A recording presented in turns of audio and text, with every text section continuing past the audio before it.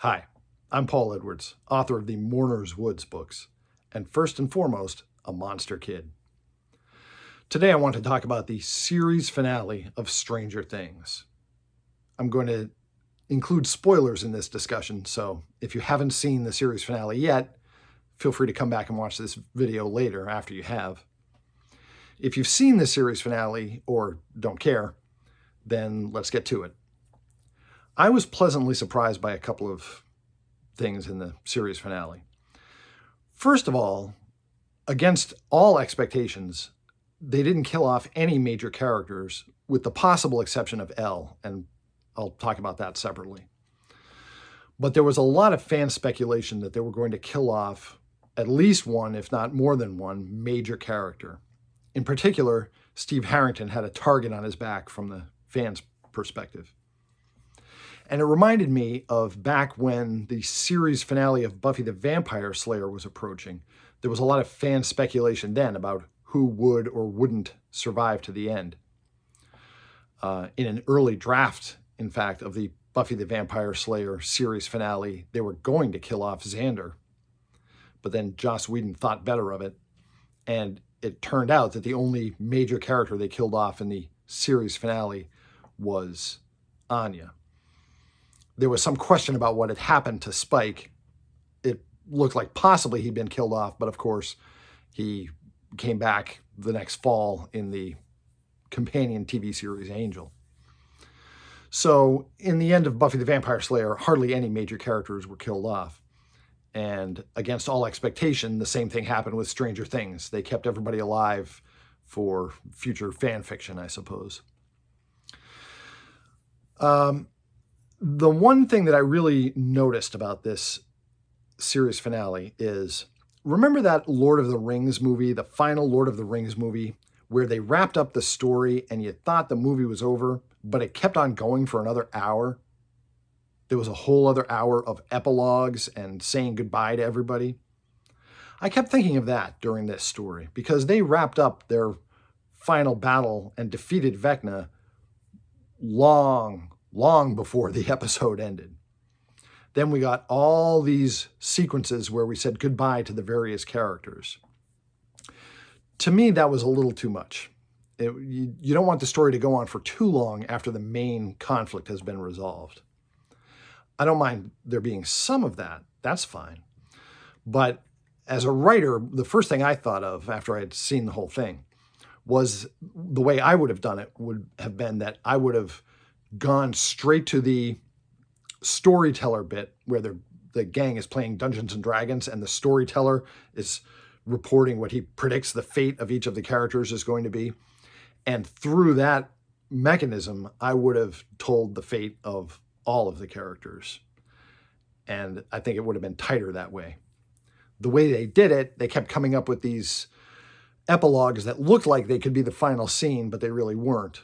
Like Joyce's proposal, the rooftop scene, the graduation scene. Each of these looked like they might be the end, and then they just kept going until they finally ended with the Dungeons and Dragons scene and the storyteller.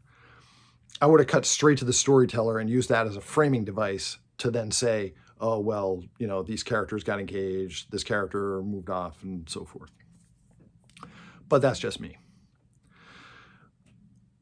One thing that really stood out to me, though, in the series finale was the choose-your-own-adventure angle as to what happened with Elle. And if you're not familiar, Choose Your Own Adventure is yet another 80s reference that they squeezed into this among the seemingly endless 80s references. Choose Your Own Adventure were novels where you would read a page and then at the bottom of the page it would say, to have the character do this, turn to page 32. To have the character do that, turn to page 98. And the story would branch off in different ways from there, and you were partially in control of how the story would turn out. And it was sort of a choose-your-own-adventure ending as far as Elle was concerned. Do you think that Elle really was spared, or do you think that she really did die in the final battle? I have my own thoughts. I think that she lived. I think it's clear that she lived. But that's not a canonical answer. The viewer, if the viewer would rather it be that Elle died sacrificing herself, then for you, that's the ending. That's fine. And the reason that really stuck out to me, there were two reasons. One, it's an obscure 80s reference that probably not everyone caught. But also, number two, I've incorporated that angle into several of my own novels. Not the thing where you get to the bottom of each page and it gives you a choice which page to turn, but the idea that you can decide for yourself some aspect of the story's outcome. For example, in one story, I leave it to the reader to decide whether or not the heroine, after she's defeated the evil, but she's in a serious predicament, I leave it to the reader to decide whether or not she survives or does not survive. And I have my own answer, but my answer, even though I'm the author, my answer is not canon. Canon is what's on the page. And where she's left hanging and the audience is not sure if she survived or not, it is up to you. And whatever answer you decide, that answer is canon for you. Another story of mine ended with it being an open question whether or not the anti-hero was going to go to prison for what she had done. And I put elements in the story where it would make sense if she did go to prison and elements where it would make sense if she did not go to prison. Again, I have my own answer in my mind as to what happened to her.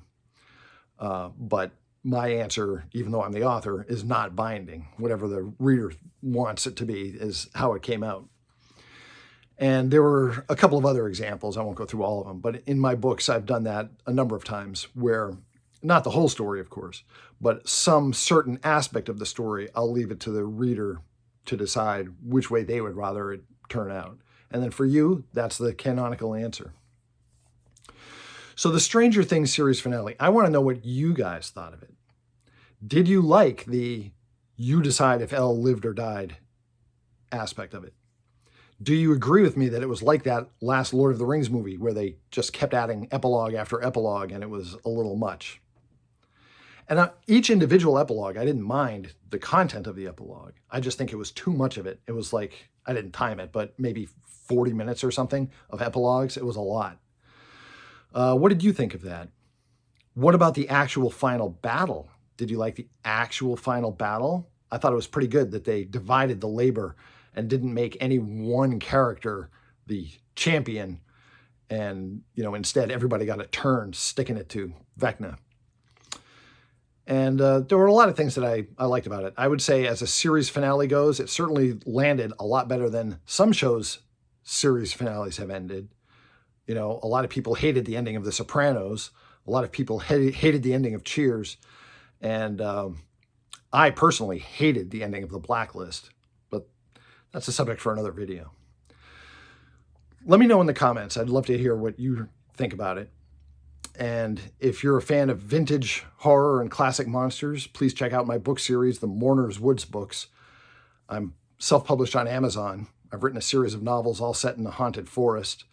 And there are different monsters and creatures in each book. What they have in common is the setting, the location.